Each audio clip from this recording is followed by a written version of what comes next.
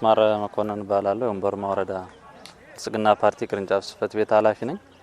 ዛሬ የምናደርገው የአረንጓዴ አሻራ መርሃ ግብር በአገር አቀፍ ደረጃ ለ8ኛ ጊዜ ነው የሚደረገው። ተስፋን እንትከል በሚል መሪ ሐሳብ በወንበርማ ወረዳ ሰባዳር ቀበሌ ላይ ነው የአረንጓዴ አሻራ መርሃ ግብር እየተካሄደ የሚገኘው።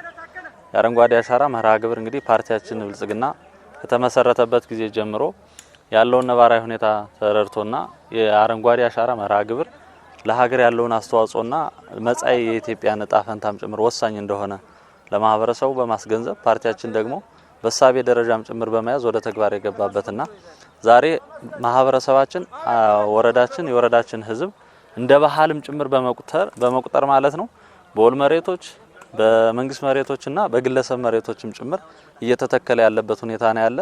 የ2018 ለ19 በጀት ዓመት የአረንጓዴ አሻራ መርሃ ግብር ወደ 17 ሚሊዮን ችግኞችን እንተክላለን ብለን በቅድ ይዘን ዛሬ የማስጀመሪያ ፕሮግራም ነው ያካሄድነው።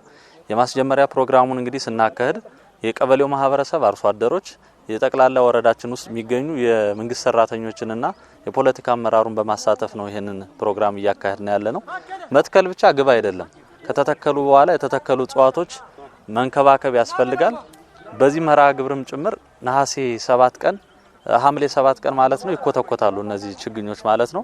የኢንቨንተሪያቸው በቅርብ ክትትል አርሶ አደሩ ማህበረሰቡ የኔ ነው ብሎ በባለቤትነት ደረጃ መስራት አለበት። ተቋሙም ጭምር ግብርና ጽህፈት ቤት ይሄንን በበላይነት ያስተባብራል፣ እኛም በበላይነት እናስተባብራለን።